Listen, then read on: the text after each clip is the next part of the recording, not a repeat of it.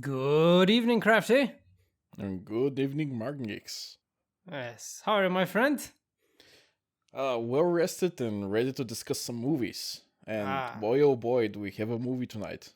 we do. We have a big budget movie. A lot Yeah, of people watched it. I checked out IMDb, and it's clocking about 100,000 votes with an 8.5. and it's been just a week, I think, since the release, right? Yeah, Even less. that's pretty impressive numbers. Pretty impressive numbers. Yeah, we're talking about the continuation of one of the greatest, most famous science fiction movies of all time. Tonight, we're discussing Blade Runner 2049. Blade Runner 1, man. It's one of my favorites. I really love that movie. You really love that movie. I like it a lot, but probably nowhere near as much as you do. I mean, I have some gripes with it, but overall, it's such a well realized world to be in. Yeah, definitely. It definitely has some problems, but as far as world and kind of nostalgic feeling, it's just so well executed. You say It's nostalgic, I would say futuristic.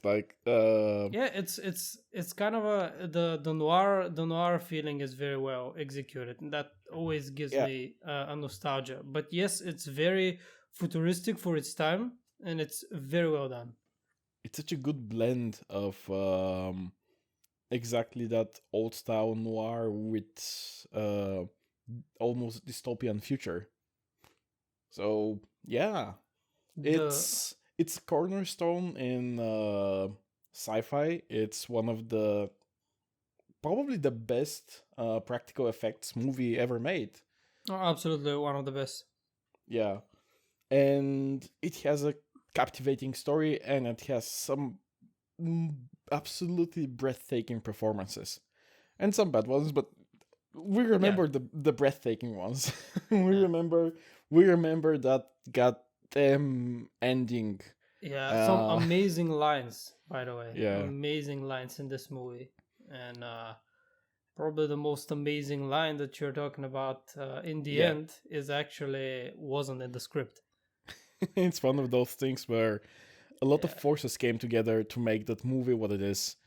And it's not even just texture. Like up to now, we were talking about the texture of the original Blade Runner, but underneath it, there is humanity and hope and the the appreciation of value of life. You know, probably the strongest thing in the first movie is the world Yeah. that has been created. And the music is so powerful and it Oh shapes the world man. so well.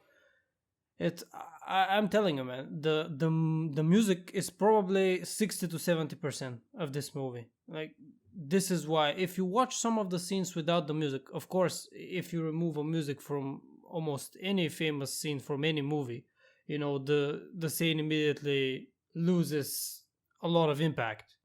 But for this movie, I feel like it's even worse.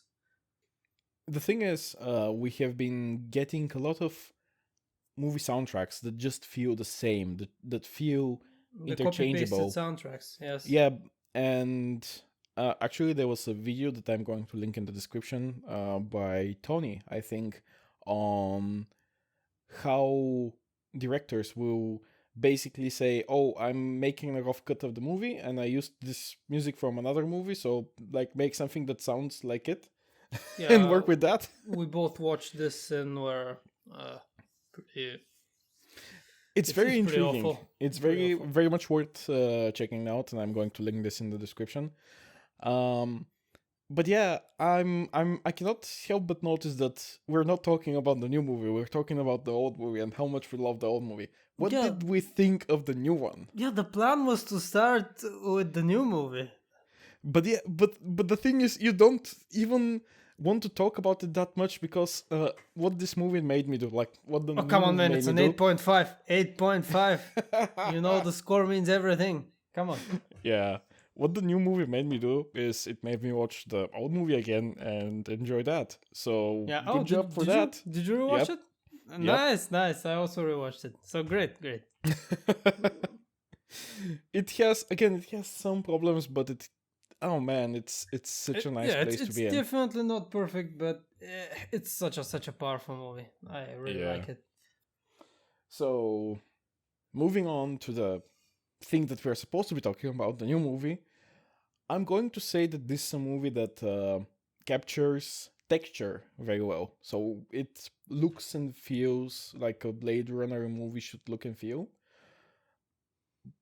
But that's where it stops. Like I was in initially when the movie started and we got the hook. I was in and I was like, yes, tell me the story. I want to see where this goes.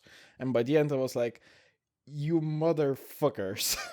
Yeah, there's this is basically my reaction to be honest. When I first heard about this movie, uh, I heard that they are making a new Blade Runner. I was like, fuck you guys. Why would you ruin this amazing experience? The first movie, it doesn't need a sequel.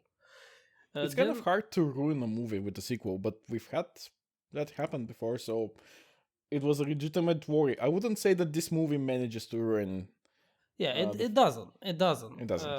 It doesn't. But it kind of a bad sequel made just for money kind of tarnishes the history from the first movie. The You know what? legacy. I'm That's going to say that you're not right here. I do not think that this was made just for money. I'm no, no, pretty no, no. sure that This movie, no. This movie, no. But I'm gonna give you another movie, Total yeah. Recall. Oh Jesus Another no. great sci-fi classic. Not as good as Blade Runner, Well, but no, but still, but like it's the still remake was great movie. But so the bad. remake, Oh holy man. shit, the remake. I haven't rewatched the old movie just because I watched the new one and I was like, what did I just watch? Yeah. It was such a money grab, uh, completely devoid of. But anyway, I'm not gonna talk about it because I'm getting But Blade angry. Runner, I wouldn't call it a money grab No, in any no, it's case. not a money grab, and this is what I was trying to get to. It's the director. It's the guy that made Arrival, Yeah. which we have to make a podcast sometimes about Yeah, Arrival. because it's one of our favorite movies in the last 10 years. So Yeah, we can call it one of our favorite movies ever. So I'm I'm happy with that. yeah, so I kind of allowed myself to dream a little bit and say, maybe it's gonna be okay. Maybe it's gonna be okay. This movie, I don't expect it to surpass the first one, but that's not what I wanted to do. I wanted to be respectful to the first movie, and to be a good movie. Yeah.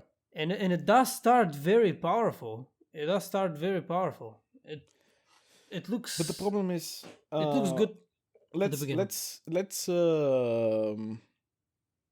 first give our overall Yeah, yeah. like Let's a give us quick overall. recommendation or not. I would say Yeah. that one of the things that kind of surprised me was when I walked out of the theater, I heard two things.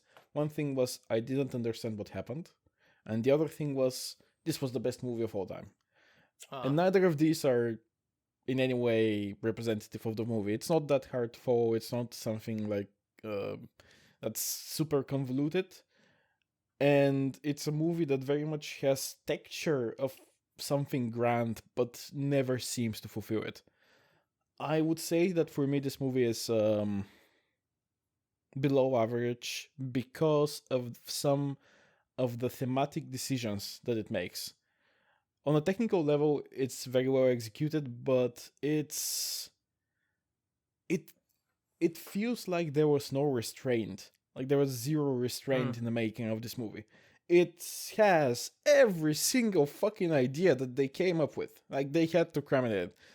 yeah. Regardless of pacing, regardless of story economy, regardless of anything else, we had a cool idea for a scene. We have to make the scene. It doesn't matter if it fits or not.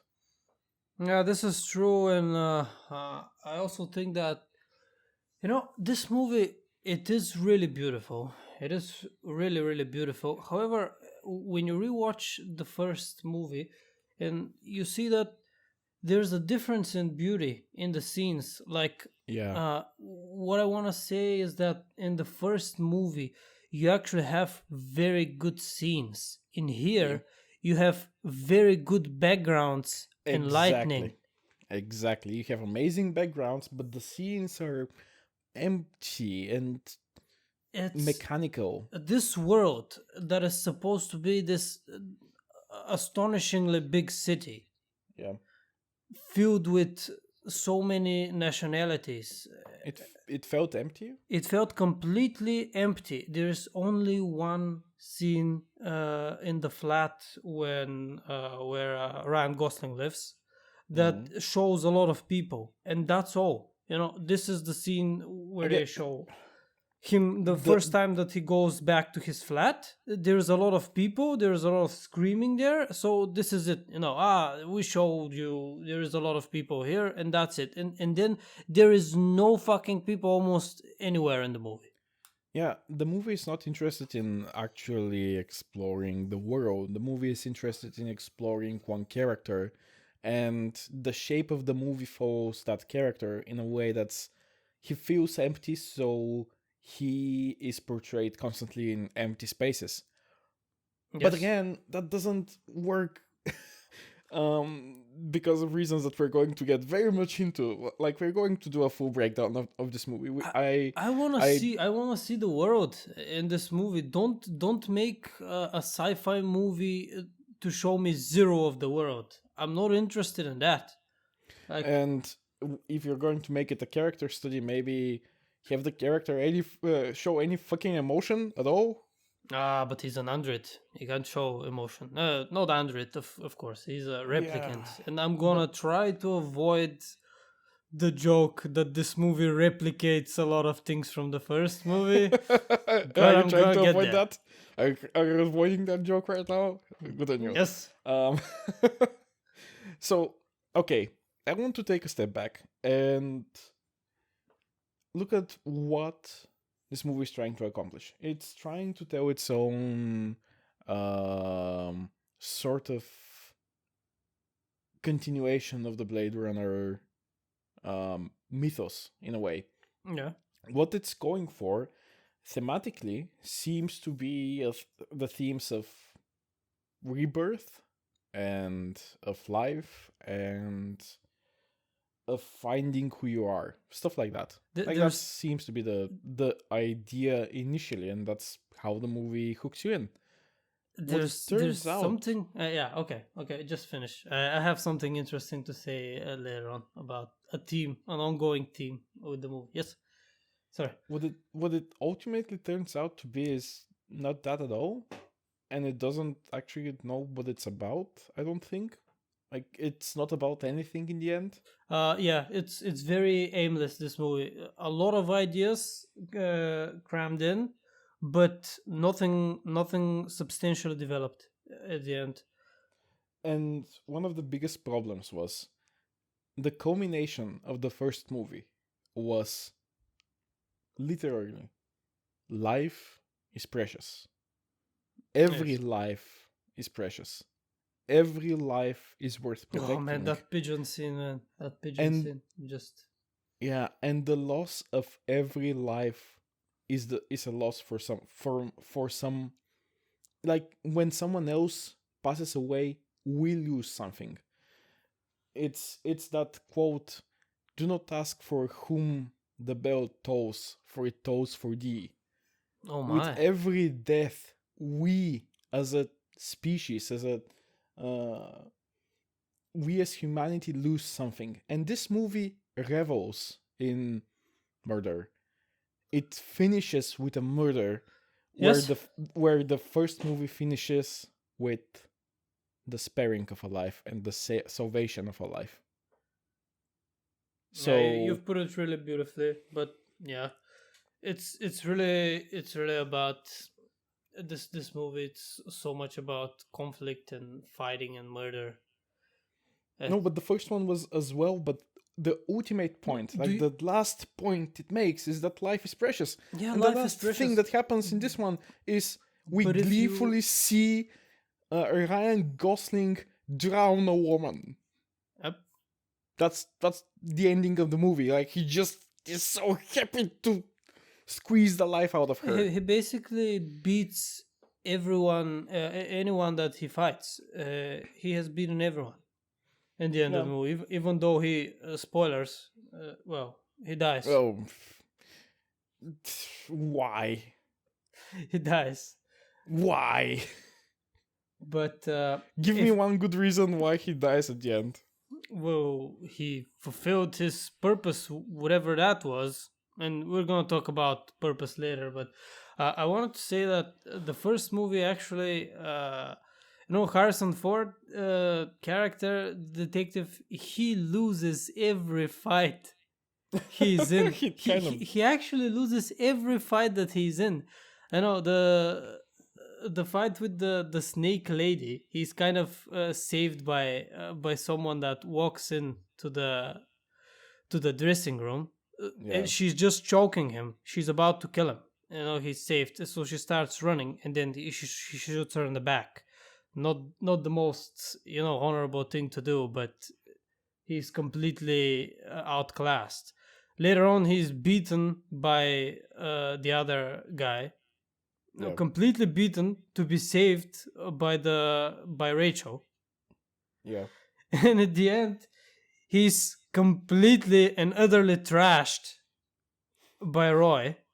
Well, which he plays. He does kill several of the replicants before he does kill him, but the girl that does acrobatics. He's always they're always playing with him. That's why he's managing to kill them. They're always playing with him. They're not serious, and you're absolutely sure that if they're serious, he's dead. And this is what is shown. Yeah. So he never feels like a almighty character. He feels like a very easy to. Okay, he's a very flawed character. Yeah, he's very as flawed a character. Like, he's almost completely given up on life until he meets Rachel. Which is one of the things that doesn't work so well because they don't have very good chemistry together. But if you've actually watched the making of Blade Runner, which I can wholeheartedly recommend to anyone that like the Blade Runner movie, he actually hates this woman in real life. He actually hates her because, and it's explained in the making of Blade Runner that at this point she's very young. She's about 18 or something, around there. Don't quote me on that, but she's very young. She's below 20.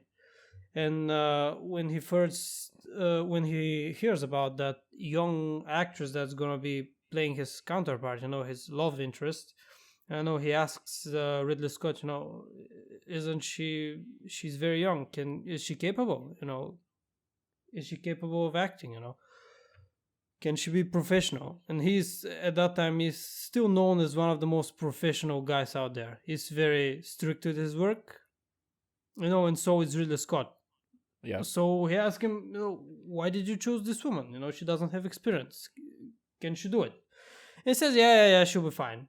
She isn't. And he starts hating her. He starts fucking hating her.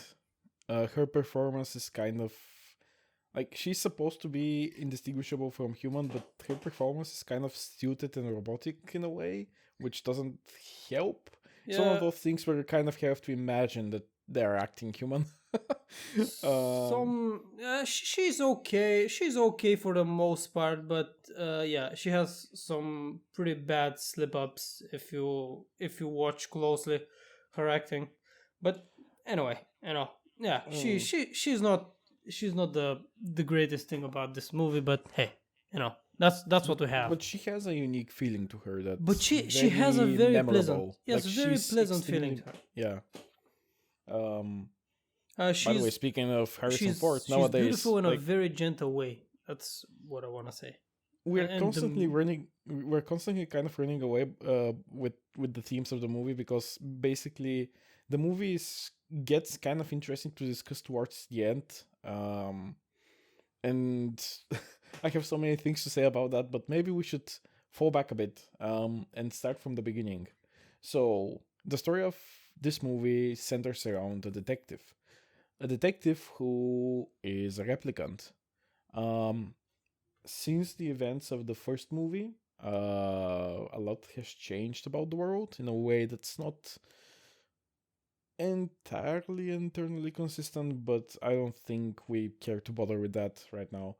Um, Suffice to say that nowadays replicants first have infinite, well, not infinite, but human-like lifespans, and second, they obey, and that's like supposed to be paramount, and it yes. isn't Hmm. in any way, shape, or form. I'm like, That's what the completely fuck? broken. Literally, I don't understand. the most important thing about your world is untrue Yeah, please, in a please make very your robots more consistent, guys. Please. they it makes no sense.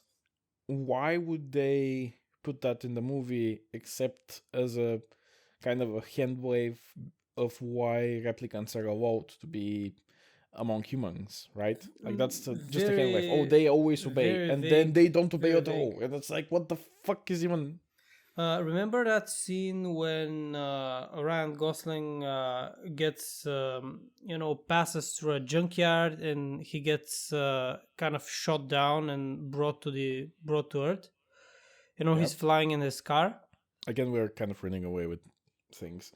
Yeah, but the important part is that a few people, they're trying to rob him essentially, to Yeah. get his car, and they start clumping around him, and one of them tries violence on him, and he immediately shoots three people. There is there is no trying to Yeah, there's no dissuade hesitation. them. There's no There anything. is He just absolutely shoots no people. sorry. There's absolutely no hesitation. Absolutely no hesitation. He just murders three people. Yeah, are we He could supposed have to? murdered one. No. Are we supposed to still think that this is like a, in any way, a robot that's supposed to be, well, not a robot, but replicants are like a amalgamation of biotechnology Yeah, and they're not. They're not. robotics, They're not robots. but they are supposed to obey humans, right? Like, what does that even mean? Does it obey every human or just one human? Or like, how does that work? And again, aren't they supposed to not kill Yeah, they're people? not supposed to kill people. I guess there is a exception to the rule if they try to kill them first. But then, Is there? The why? three laws of robotics do not work like that. Yeah, I don't Um, understand. So you have to make consistent rules about them. You yeah, have to make and them. literally the first thing that the movie tells you is a lie. Contrast with the first thing that the original movie tells you. It tells you people who hunt rogue replicants are called Blade Runners, and killing one of them isn't considered murder; it's retirement. And Yeah. that's the whole like premise of the movie.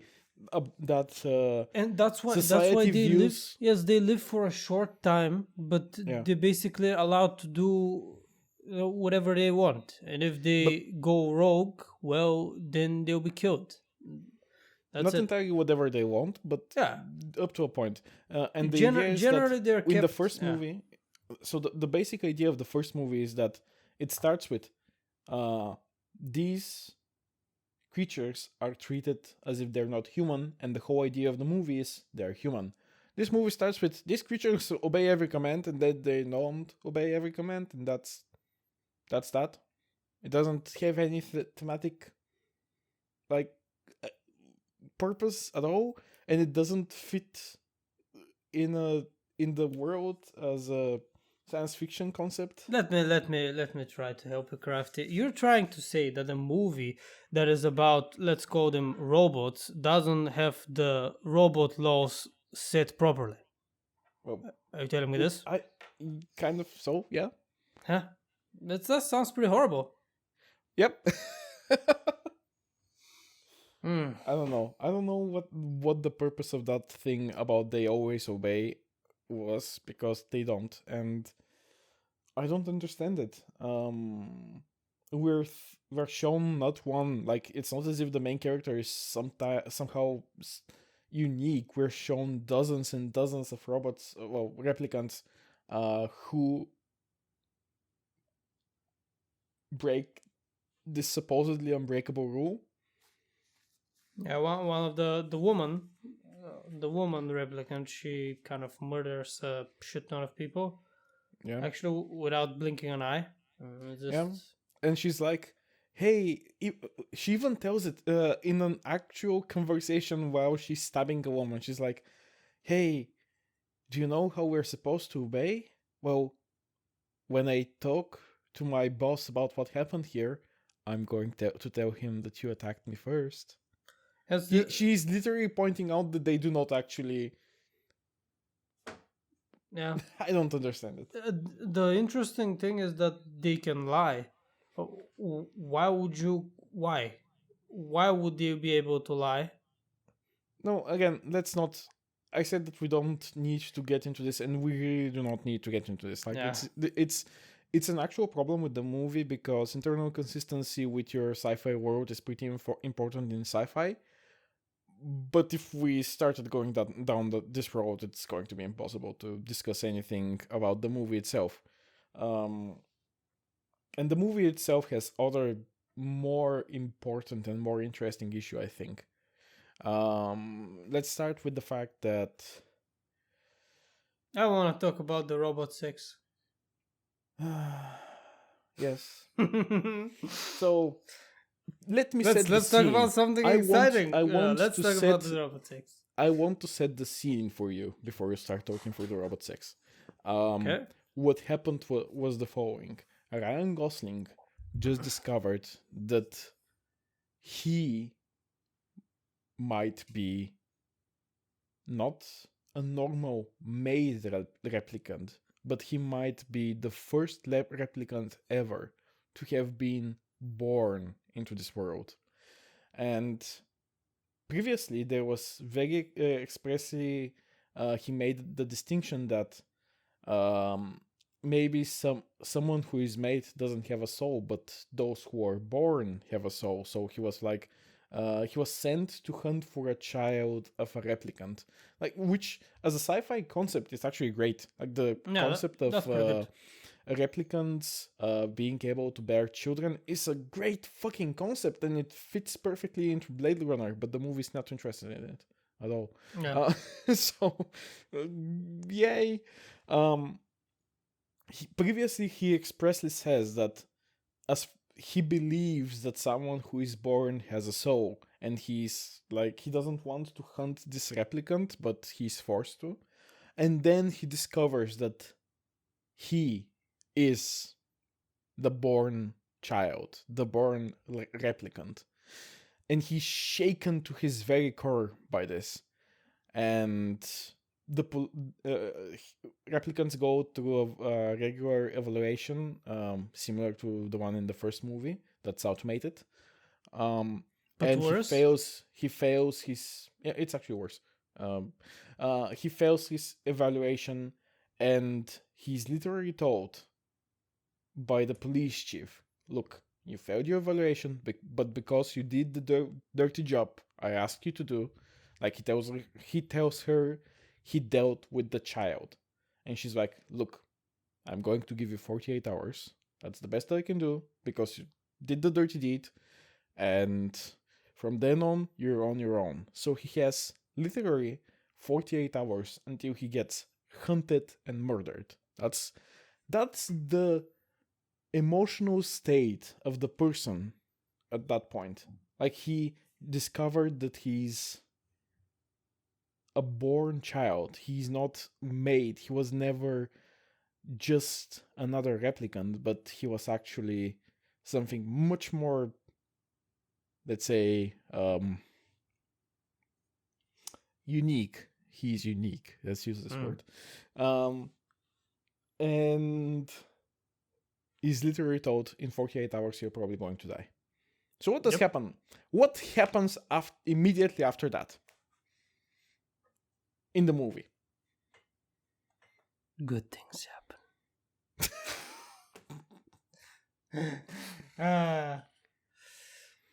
Well, they have robot sex. Let's get it over with. It's probably the most awkward sex scene I've ever seen. It is. Do you know why it's awkward? It's supposed to be beautiful.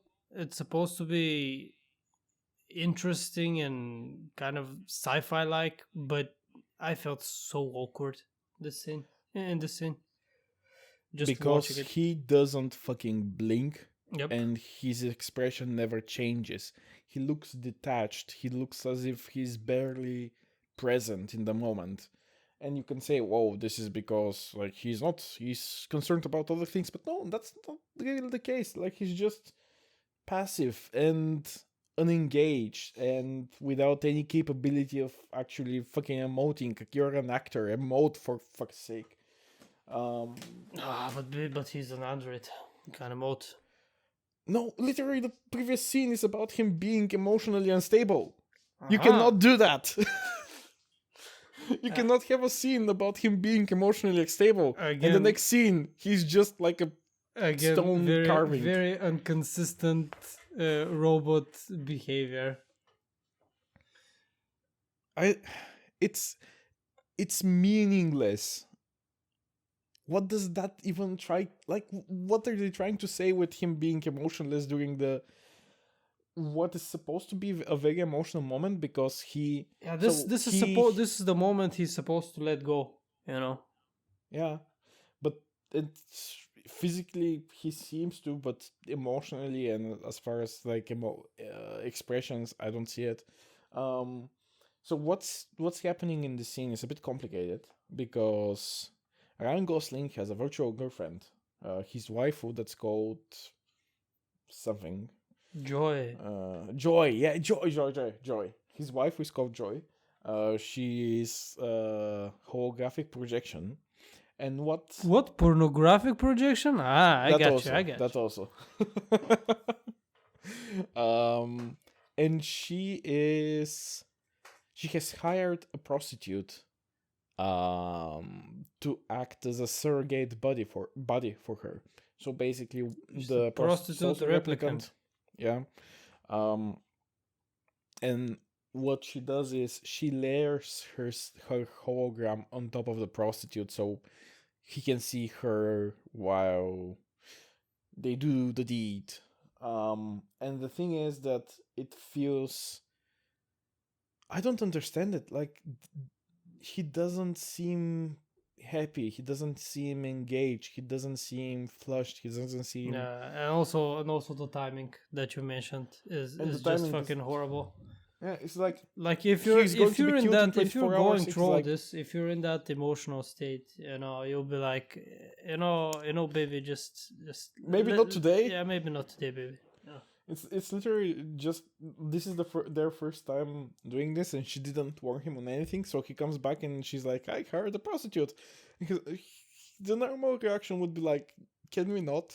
Can we? Yeah, maybe not. At least let's do it tomorrow." Yeah, that's. But he seems ambivalent and maybe a little bit happy, but not in any. Does he seem happy? I don't know. I don't know. He doesn't show happiness. Anyway, so that scene happens, and then the movie ends. No, then there's half the movie. Yeah, but then the movie ends. It's honestly from there on. We're not doing a very good job of summarizing this movie, unfortunately, because we're kind of jumping around, and that's the thing that we probably have to work on. We should follow the events of the story in order to be able to properly describe and comment on them. I'm thinking we should try to stick to the actual events of the movie when we're discussing. I refuse. Because yeah, after this happens, which is pretty, I don't think the. Anyways, it seems again one of those scenes that was like, we have this very cool idea about a sex scene where one girl is layered on top of another. I'm like, okay, this is a cool scene. It's Yeah. interesting, but it doesn't fit in your movie. So maybe don't put that scene in your movie if it doesn't fit. Mm-hmm. Mm-hmm. Could I you agree. show some fucking restraint maybe? No, no. What restraint, man? What restraint? I I actually got so angry at a few moments in this movie. I know we're completely breaking again, but there's a scene that shows the old Rachel, Yeah. and I got so So angry. before I got that, so angry. can we discuss a bit something about our good old Harrison Ford? Ah, the good old Harrison Ford. Now, before we discuss that, Crafty, can you tell me what does Harrison Ford do in this movie? Not as an actor, as a character. He looks like a confused old man that doesn't know what's happening. Ah, nice, nice, nice. No, I was talking about the actor. Ah, okay. Yeah, And that true. That true. his part is that he looks like a confused old man that doesn't know what's happening. Mm-hmm. So let's not confuse the two. Yeah. Like I a mean, confused old man that doesn't fucking know what's happening around I him. understand. I understand. I understand. Star Wars used him. He's in the old sci-fi. They used him in Star Wars. We gotta use him in the new movie too. Of course, we have to draw Of in course, you fucking audience. don't. Yeah, but Wait, was he even in the trailers? I haven't seen any trailers, yeah, so I don't know. he's in the trailers. Of course. Okay, because I What? haven't seen any trailers about this movie, I went in completely blind. I didn't know that. And I was very disappointed when he showed up. Of course, he's in the trailer. I mean, how are we gonna sell the movie? Yeah, you can't sell something new. So I want to discuss, like, let's go scene by scene since the robot sex scene. So we established that Kay, Ryan Gosling, was sent to find the first replicant child. He now believes he's the child, and he decides to Yeah, find after some his some parents. investigating, he finds out that is most likely he's the child. Yeah, so he decides, okay, I'm going to find my parents. And he knows that his mother is dead because that's how the movie opens. They find her buried. They find the bones of Rachel. But he's like, maybe I can find my father. And he goes to find him, kind of a little bit bullshitty. So for a detective story, the detective part is really not well realized, and it's full of characters pretty poorly that, done. like, it's so sloppy and jumps from location to location without Honestly, much. the first movie has much better detective work than this one. Yeah. Even though the first movie detective work isn't amazing in any way, it's still much better than Yeah, the it detective. works. Yeah, it just works. I mean, it works well enough for a movie, but here it's just very sloppily executed. So by some stupid reason, he finds where his father is, and I want to describe this whole scene, like the whole scene of him finding his father, because he's like, well, I found this old toy, and it has radiation signature on it, and there is only one place with such radiation. And then we get this scene that takes 7 minutes of him slowly walking through a hazy orange It's a very beautiful hazy fog. orange. Yes. It is, but it's 7 minutes of him slowly walking through this. Then he finds beehives in the fog. Oh, okay, yeah. This is just so stupid. The beehives in the place where there's zero vegetation.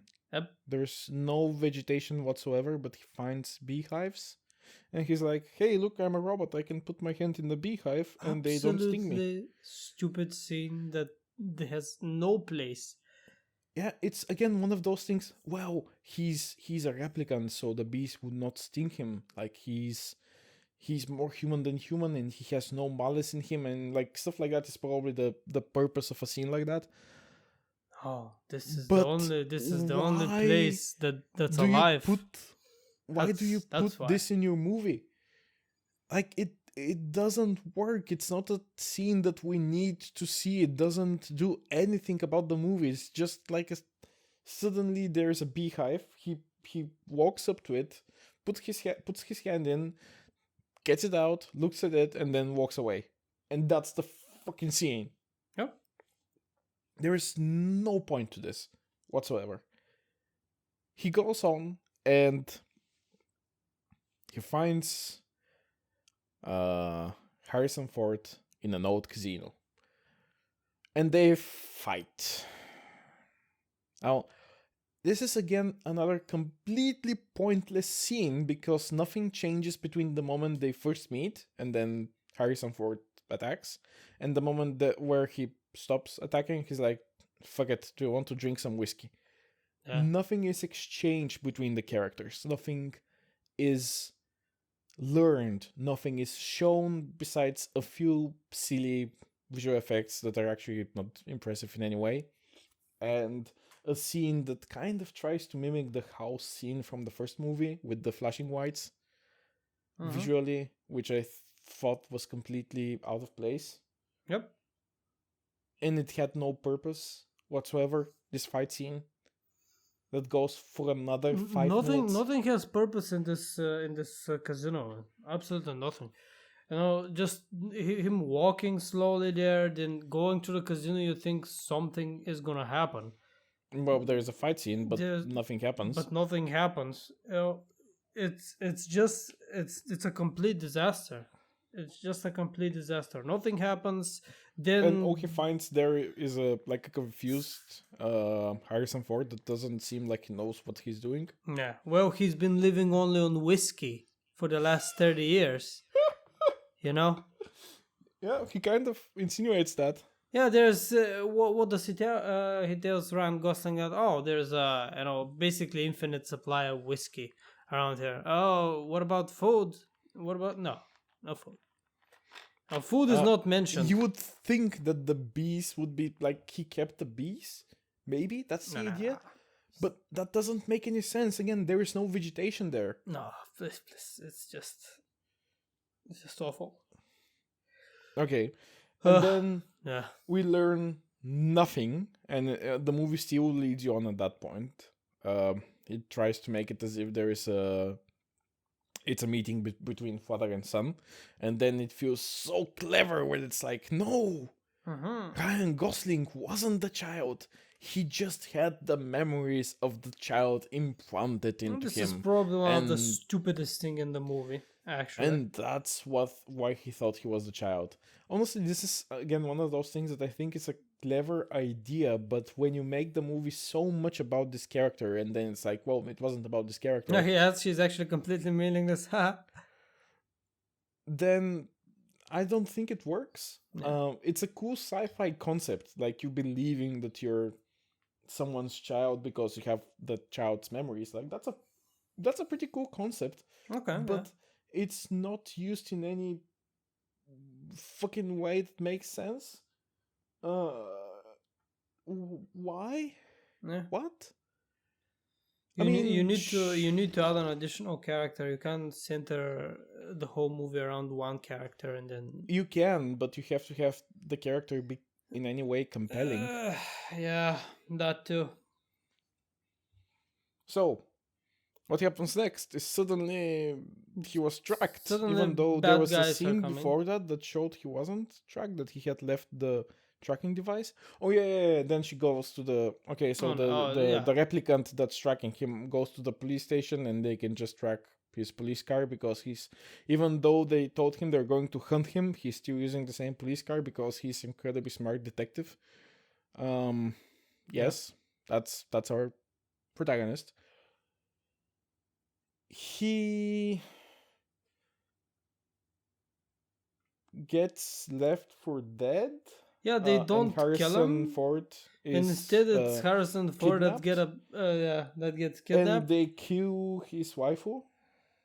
and they kill his waifu without any reason. Yeah, why? Just to fuck with him because the replicant that's hunting him is hateful and spiteful and like evil. Basically, she's evil. She And doesn't. She has no reason to hate him though. She has no reason to hate him. He's no, actually a replicant. I can understand her hating humans, no, but but why would she hate one of her own? no. Why would she hate him in particular Yeah, at or him all? in particular. He was the one that was kind of leading her Yeah, he to the actually chat. showed her So everything she wanted to know, so basically. what I was expecting the whole time was for him to search for help from these people or something, or them to help him. But no. And then suddenly, it turns out there is a whole underground network No, of no, please. replicants who No, are making a revolution this is is going to the happen. worst thing in the movie. This is the worst thing in the movie. So yeah, so do you know how all replicants obey? Well, there is a fucking revolution about to happen, and I guess they don't I'm obey. sorry that we don't have the lines. Actually, I'm sorry that we don't have the lines from the scene, because they're so terrible. Like, they're so terrible, the lines, that uh, if you read them out of context, out of the movie, if you read them, you think this is a joke. Mm, It's awfully written.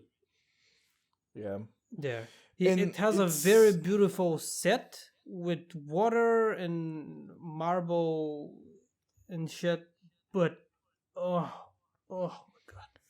it makes no sense. Again, it's like suddenly they magically have tracked him because actually the prostitute, when she fucked him, she put a different tracking chip, so he found the Uh-huh. first tracking chip, but he didn't find the second track. Mm-hmm. Anyways, Yes. So we have a So the movie ends. confrontation. No. I want to talk about Wallace. Wallace with who was Wallace is the blind the blind Jared guy? Leto. Okay. No, okay. It's time for me in my eye theory, because there is an eye team in the first movie. Yeah, there is The about movie, the red eyes. the first movie starts with an eye, and strangely enough, the second movie also starts with a eye. The Not idea, strange. yeah. It's like partly. It's They strange. It's they strange. rhyme. It's mysterious. Yes, but the first movie, actually, what I believe happens is this is the eye of Roy. I believe the bad guy, the Rutger Hauer, Yeah. guy, who is watching over the city, and Actually, that's a great idea. he's looking for a way to to live. He's looking into this city. This city.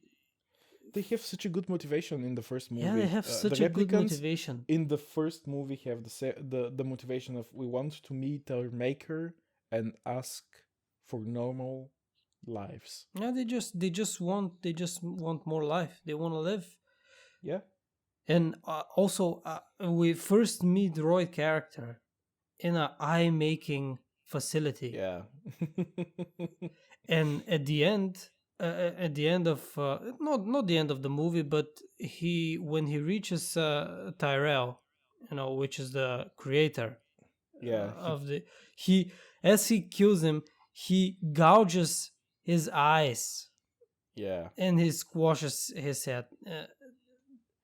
So I don't want to get and into at the too very end, much. the line about you would not believe what I have seen with your Yes, eyes. there's a great eye team in the first movie that's executed very well. No, we can talk a lot about it, but I don't want to talk about it. Then there's kind of a trying to replicate the thing from the first movie. And there's the second movie starts with an eye, and there is this guy that you were about to talk. I forgot his name.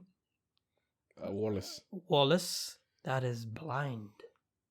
So, go on. Yeah, so Tell us he's about blind. He Wallace. doesn't see the true nature of the world, or his view is twisted because he doesn't have eyes and stuff like that. So I don't know if this is the moment to go to it, but maybe this is the moment to go to it. This movie fucking hates women. To an extent that I found so fucking distasteful, it's not even funny. Okay. There is constant violence towards women throughout the whole movie. And it's almost entirely towards women, like with only two exceptions, I think. The first is like the first big guy that the first replicant that Ryan Gosling retires, and the other exception is one random lab police employee gets killed. Yeah. So that's the tally for men, as far as I'm aware.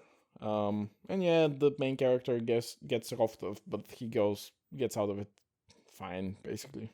Well, we'll get to that. So one of the first scenes that introduces the character of Neander Wallace, that's played by Jared Leto, is he goes to inspect a new model, which is a female model, and he's like, Everything this is is shown, my by angel. the way. Everything is graphically shown. Yeah. So this is my angel. I made this angel, but she is not perfect because she cannot bear a child. Her womb is empty. So he takes a fucking knife and stabs her in the womb to show that it's empty. Yeah. Great. Actually, Sure. she actually doesn't just stabs her. He stabs her and then he makes a line. You know, Yeah. he cuts in a line. And Yeah. and she dies. Yeah, and it's such a foul scene. Because this is just actually this naked, this is actually shivering one woman of the that gets. Yeah, one of the bitter scenes, though. Even though it's horrible, it is horrible. but it's a well made scene that I think. I mean, again, you can make a scene of a puppy getting skinned, and it will be something that will provoke response. So yeah, when you have a naked, shivering woman that gets gutted, it's going to provoke a response. It's very much like casual violence used to establish a character. So it's like, oh, we need to establish that this guy is bad, so let's have him gut a woman like a fish. That will show the audience. Yes. But the other android, the female, she was crying, so it's okay. She was also crying while she was killing another woman. Yes. Then we have the whole thing about exploitation, like there is a theme of exploitation around the sex scene. Do you know why they cry? Because the they feel replicants. emotions? No, because the replicants cry in the first movie. But do you know when they cry in the first movie? When they actually kind of lose a companion. Yeah. That's when they cry. Very surprising, huh? Very surprising. Yeah. They cry every time when one of their group ends up killed. But here they cry just because scene. And again, you can say, well, she's crying here because she hates seeing like another replicant getting killed, but then by the end she's just an evil caricature, so she's not a person by the end of the movie. Yeah, she's not a person. I was expecting, like, when they introduce her, she seems interesting. Yeah, when she's introduced, she's going to develop into something, and she's never changes throughout the whole movie. She's just an evil replicant that does evil things because she's evil. Yeah. Like there is nothing No, about her that no, changes. just compare that. Compare that to Rutger Hauer Roy performance, You which is cannot compare that to Rutger Hauer. God which damn is it. the best fucking performance in the whole movie. Yeah. And oh my god, he's every time I watch him, the way he delivers his lines, it's so powerful. Just Yeah. every scene, he actually doesn't have that much screen time. Can you believe that he actually doesn't have that much screen time? But I can, but except for the he's end, the most memorable yeah. fucking thing in that movie. But he is Um the most memorable character. yeah. Because he is a character. Like there is an actual psyche that you can see. There's an actual person that you can Yeah, empathize with. there is kind of insanity in him, but there's also so much humanity in him. Yeah. Also, there's so much emotion in him. Uh, So let's continue with what happens to women in this movie. I fucking We love have Rutger we have the waifu that gets killed because for no no reason. reason. For no Like she reason. was Like also so uninteresting, to be honest. She wanted to fuck him from the start. Like, well, she's a robot programmed to do that. yeah, Like even not even a robot, like an AI yeah. programmed to do She's a that. She's just a companion. hologram. She's a companion AI. So that's all. Yeah. And then we have the prostitute that just gets used. Um, in a like she is such a standard character. She's But she's the not standard prostitute with a because she's with working for the rebellion. no, but Aha. she's just the prostitute with the heart of gold. It doesn't matter who she's working for. Yep. Like that's her character. She's the prostitute with the heart of gold. We have never fucking seen that before. Well, she has no character though. She has She absolutely also no has character. no character. She is portrayed as being good simply because she wants to fuck the main character. She's there for 2 minutes. Like it has Yeah. 2 or 3 minutes screen time. That's all. Yes. So there is no character to her. So there there is is no a- character to Harrison Ford. There is no character to Harrison Ford, yeah. Yes. Rachel gets revived for a brief scene and gets immediately murdered.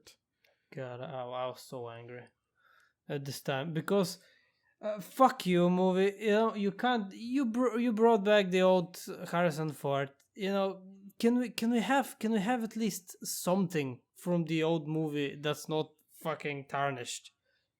Oh, It's I don't think it manages to tarnish the no, old movie, but it yeah, it doesn't. it just wears it like a glove. But it uses it in a very vile way. Yeah. I'm sorry. Hey, Why? you remember this character that you were rooting for to get away in the last movie? Well, we shoot her in the head. Haha. There's also the thing that we can kind of show old men, but we can't show old women. That's why Yeah. she's dead. But we're gonna show her back when she was 18. Haha. Anyway, There is another character that has been lied to her whole life and imprisoned in a cell. I actually love that scene. By the way, when The scene is very good. But this scene isn't I'm just yeah, this scene I talked about that. Some scenes are just sets. Most scenes are just sets with nothing. But I feel like this was probably the best scene as a scene. yep. It was the There best were scene in the some movie. very strong, like there are very The strong woman. scenes in the beginning. It was the and there- woman. Yeah, she played it so well. It was She- the woman just fucking nailed this scene in so hard. in 15 seconds I fucking since you met loved her, that woman. you knew that character. Like you felt like you understood them enough to empathize with them. You Yeah. understood them enough to This was easily the to be able to strongest put them in their performance places. in the movie. Yeah. But again, the thing that I'm trying to get at here is that she's another woman that gets lied to her whole life and is put in a cell for no reason. She's in a cage. Just for other people's purposes. And finally, at the very end, Ryan Gosling literally strangles the antagonizing replicant, like the evil replicant that has been the problem the whole movie. He gleefully strangles and drowns her. So And this whole scene is completely pointless, by the way. The whole fight scene, it's just so retarded. the whole fight scene is pointless. That's the most confused that Harrison Ford looks in the whole movie when he has nothing to do. He's in the background, chained to a chair, and he literally has nothing to do. So he just awkwardly walks around like he doesn't know what's happening. While Ryan Gosling and he's there for the money. and I think it's time to say the name of that character. That the character is named Love. Oh yes, she's named Love. The the AI companion is named Joy, and the other one is named And the Love. evil replicant is named Love. Okay. I'm just reminding you this. I've forgotten about it. So we're watching. Thank you very much. Yeah. So we're watching Ryan Gosling just beat her and then strangle her and then drown her in a gleefully. There's no love in this movie anymore.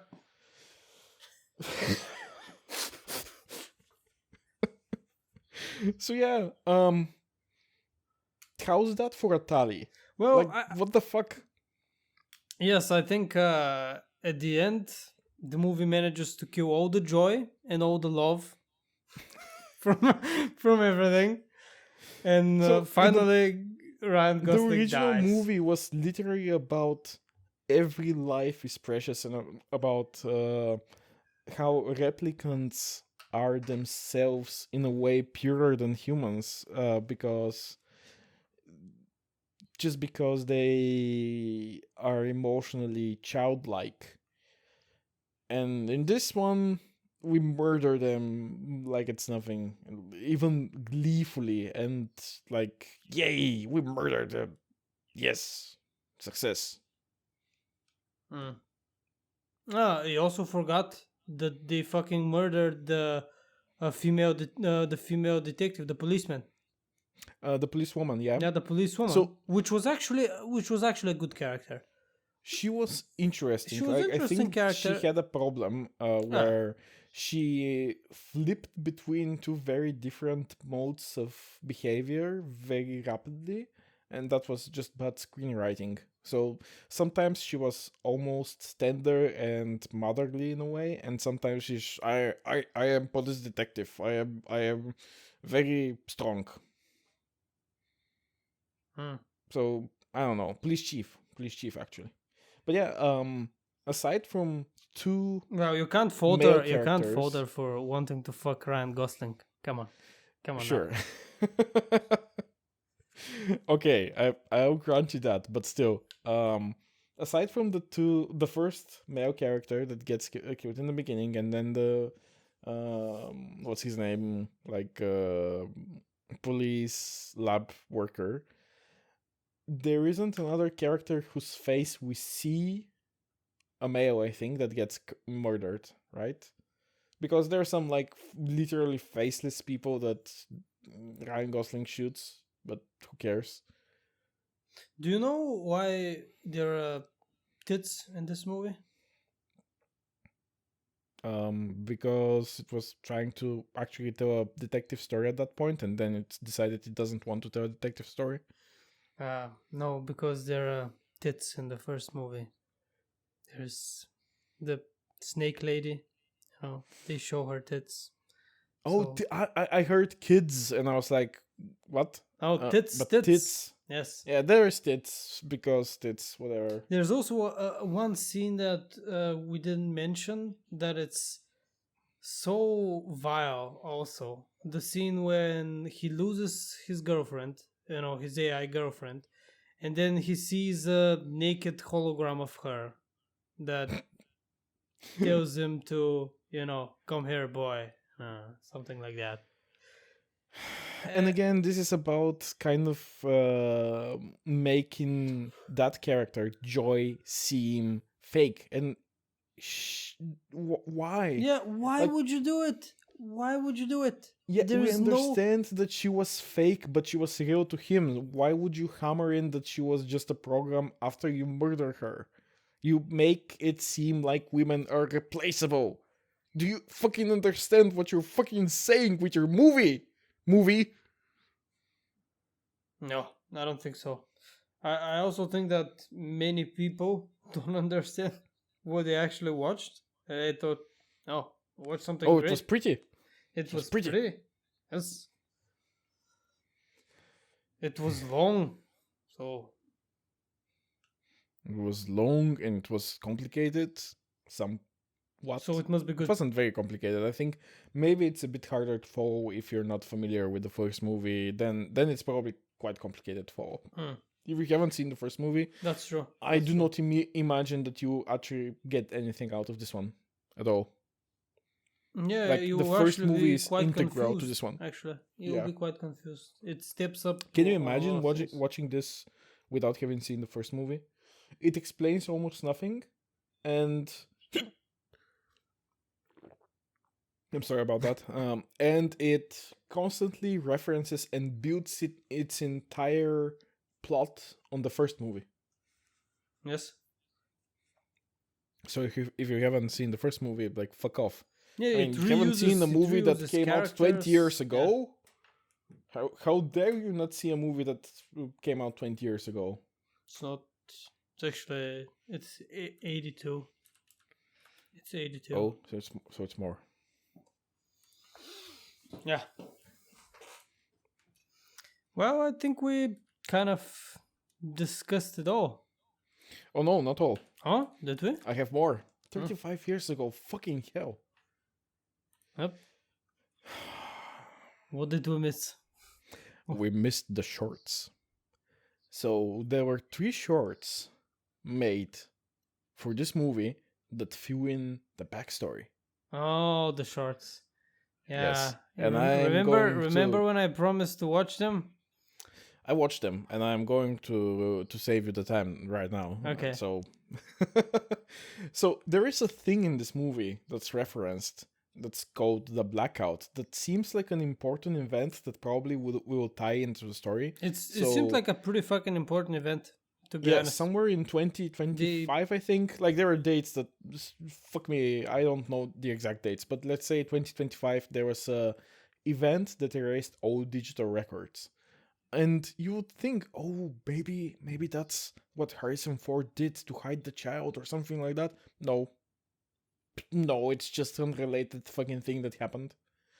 There is a short anime movie about what happened that's like 11 minutes long, and it's completely pointless. It's like, oh, we are replicants and we do not want to be treated like slaves, so we will erase the records and no one will know we're replicants. And that was the story. That's literally what happened. And do you know what So, do you remember how the movie starts with a replicant that was ex-military? And it's like, oh, that battlefield you were on, it probably was hell.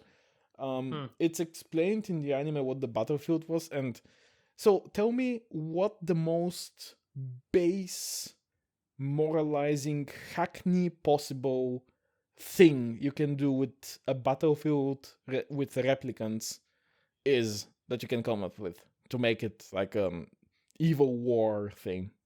What would you do to make it an evil war thing? Like the first basic thing that comes to your mind.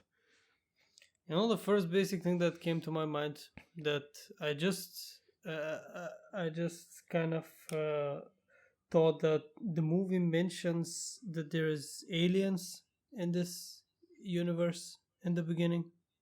Does it? Yes, it does. Are you sure? I don't No, remember it's not. It's not aliens. It's actually it says it's something. You know, it could be aliens, but it could be No, it's alien not colonies. Alien colonies. No, That's it's what it said. outworld colonies. I think it said. I don't know. So it's It about could be. human colonies. The second that they told it, I thought of. The second that they told it, I thought of that it could be interpreted as aliens. No, so Also, but imagine that anyway, it's not aliens. So if it weren't aliens, what was the first thing that comes to mind? what some rebellion, something, huh? No, no, it's both sides were replicants. Ah, okay. Okay, some colony maybe gone rogue, something like that. No, it's like, first of all, he says he's military, which he means he's employed by the military of a nation, right? That's what military means. So are you trying to say that this company that makes replicants sold soldiers to both fucking sides? Ah, I see. I see. Is how? What the? Why? What? How does that work? How can you be like? How can you be a U.S. company, for example, and sell soldiers to the Russians? How does that work? Sell them on the black market. No, it like no one fucking thought about it. It's like, whoa, if it was just replicants fighting replicants, that just reinforces how little the humans think of the life of a replicant. And that's so deep. And I'm like, no, you didn't fucking put like 5 minutes of thought into this. So yeah, that's the war that gets referenced in the movie. I mean, It's honestly, completely it's not idiotic. unexpected that it's shit. It's The second short is about that guy from the beginning of the movie that he just that military guy, is in Guardians of the Galaxy. He's yeah, I know. the big guy. He's What's his he's the name? big guy. What's He's it? Drax. Drax, yeah, he's Drax. Yeah, he's pretty good. Actually, he's better here than in Guardians of the Galaxy, I would say. Yes, Like he plays his role great. I really And like him. that's one of the things that gives you hope in the beginning because he plays it so well. There's and a like, lot of it good things. sets a at the great beginning. fun. There's a lot of good things. Yeah, there's a lot of actually stupid little things, but they You haven't fully realized them at that point. Yeah, they kind of pale in comparison to the big stupid things later on, so I'm not going to bother with them. But yeah, the second short is about him murdering someone to protect a child, and then someone watches and he's like, "Oh, I'm going to report that guy to the police." That's literally the short. That's all that happens, and it's like that's how they found him, I guess. The idea. It's silly. Like it doesn't do anything. And the third one is about how Wallace reintroduced replicants. So replicants were completely banned at one point, and he was like, I'm going to bring them back, and I'm going to make this happen by making them obey. Like that thing that we said the movie begins with, that replicants obey. Mm-hmm. So the short is about him going to a bunch of lawmakers, and he's like, oh, we need replicants. And they're like, fuck you. And he's like, but you see, I made them better. Hey, replicant, kill yourself or kill me. You have to make the choice. And the replicant kills himself. Like it's like, no, he the way he puts it is like, it's either your life or mine. Do you know what to do? Do it. And he's like, the replicant kills itself or himself. And that doesn't fucking happen in the movie. Replicants do not act like that. They never. They do not obey in this matter, so this short is just a lie. Yeah, there's completely no rules to their behavior. There's nothing. Yeah, there are no rules. It's consistency. like they didn't bother to establish actual rules because they just wanted to say they're replicants and have the whole people treat me like whatever, but without the actual consequences of having to write around it.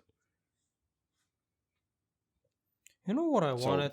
I wanted a movie where one of the main characters is this woman from the, from that room, the Harrison Ford's daughter. But she's a character that's locked in the room and can never go out of it? Like, how do you make a movie about that? No. Just this character, but not locked in the room. Okay. Yeah. No, just I mean, more of her. More of yeah, her. her performance was captivating. Absolutely I don't know captivating. if you can. I don't know if you can make that character specifically work. Maybe. I'm not sure, but I wish we saw a little bit more of her, like instead of Yeah. what we saw. I mean, Yeah. it couldn't have hurt. This movie just falls apart because, so one of the things that happens before the sex scene, before all of that, is um Kay, which is Ryan Gosling. That's the name of the. That's his name in the movie. He's Kay. Um, Because he he does what they tell him. He's like, okay, that's why he's gay. yeah. Okay, so Actually, that kind of maybe No. might have been kind of I intentional. hope it's not. I hope it's not. So he finds out that he might be the child, and he has a breakdown in front of the center that generates memories. And it turns out that the woman that works in the center that generates memories, that's one of the centers, but he's like the best. She's like the best at making false memories for implants for replicants. In the end, it turns out that she is actually the the replicant child. She's actually the Um, owner of this memory. yeah, she's the owner of the memory. She kind of put it in one of the batches that she sold as a way to escape or let her memories be lived through for someone else or something like that. Um, and he walks out of there, and there are a bunch of police waiting for him because he was missing for a while. Yeah. So, how does the movie end? Harrison Ford is about to be like extradited into outer space to be tortured by this company that owns the fucking world, and they escape, and he just goes to the same place where we have literally seen people get picked up by police 1 hour ago in the movie. Yeah, he leads And them. he's like, "Yeah, I'm going to go and meet my daughter." Huh? Well, the most importantly kept secret of the whole movie is supposed to be the location of her and who she is, Yeah. and So stuff so like let's that. so let's see.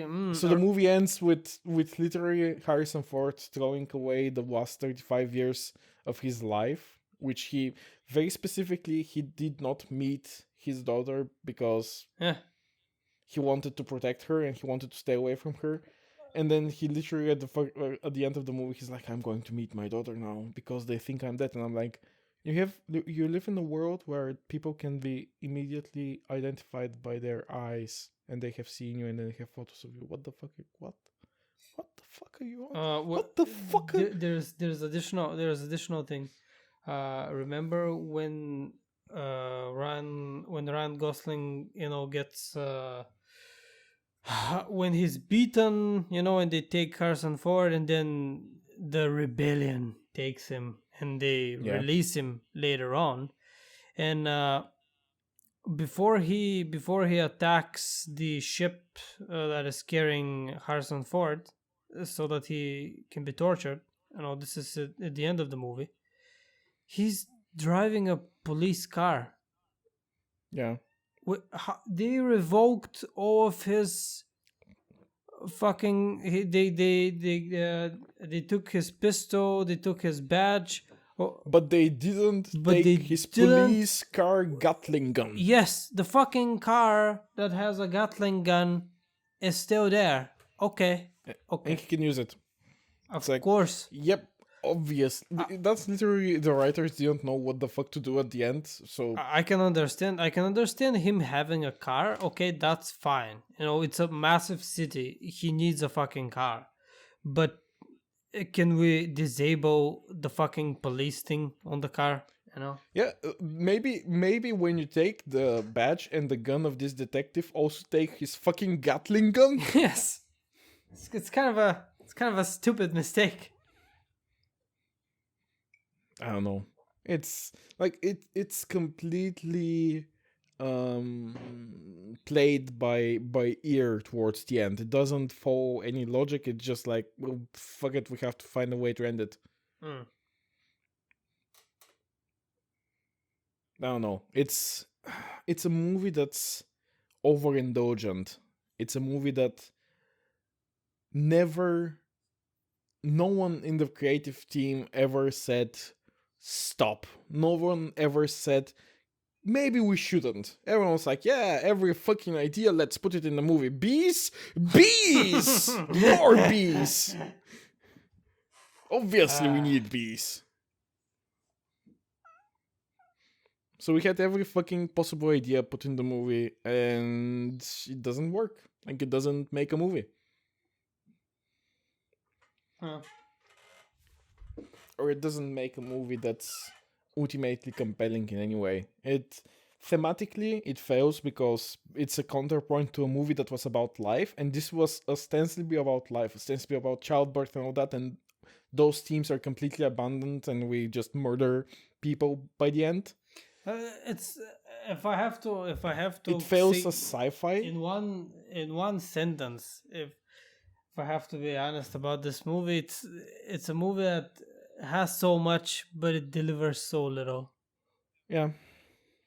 It's a mess. It's an absolute mess. It's a beautiful mess. It's a beautiful movie. It sounds very good. Like, the soundtrack is at times amazing. Yeah, at times it's amazing. Still, it pales in comparison to the first one. But that one has one of the top soundtracks ever made. So yeah, and this one also copies a bunch of the best parts that it has are kind of copies. Fucking copied the song at the end. It copied the end one. Yes. Oh my god, this was the other thing that angered me a lot.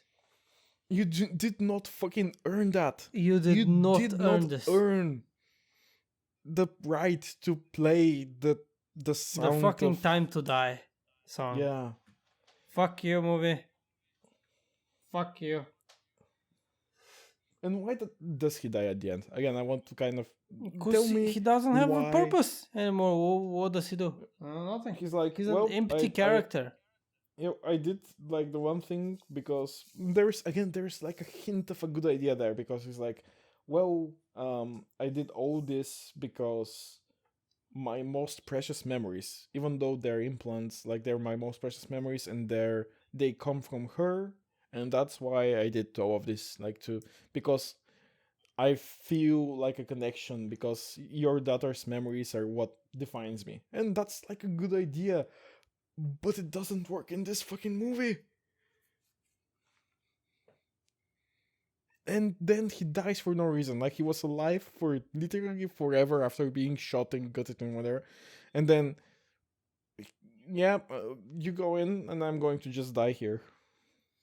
Yeah, so to summarize the end, the main character dies. Harrison Ford betrays 35 years of effort. Betrays 35 years, and he's about to get killed, of course, arrested and killed, or just arrested and thrown in prison, and they're gonna get the girl.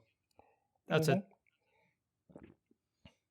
Because even if you're a fucking blind guy, you can see that the fucking replicant goes there to interview the girl, and then he brings Harrison Ford to the girl. And he dies in front of the girl. Maybe that's probably going to. I wonder if this girl is important. Questions. Yes. He goes and fucking after he murders everyone, he goes and dies in front of that place. So yeah, this is the guy that you have been shown to have followed every step of his journey throughout the whole movie. Maybe they will follow this up too. Yep. Maybe they will notice. So great movie.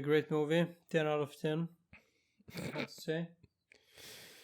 Yeah, I don't feel like putting a score to this one because it has. Let's not put scores. It's just stupid. It has a beautiful vision, and it has soundtrack that I'm probably going to look for and listen to for a bit. I actually wanna see. I'm gonna get the movie and see some of the scenes, because there was so much beauty with the lightning, and the sets were so Yeah, beautiful. backgrounds. Just The backgrounds the, were the, the main character of this movie. yeah, the backgrounds and the lightning. It's just some amazing things have been done. It's so But I amazing. don't think I can watch this again. No, I'm just gonna rewatch some beautiful parts.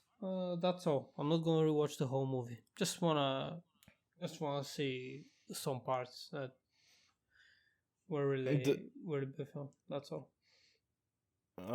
when I walked out of the theater, I wrote down on my phone what I was feeling, and what I wrote down is, I'm angry, I'm sad, and that's it.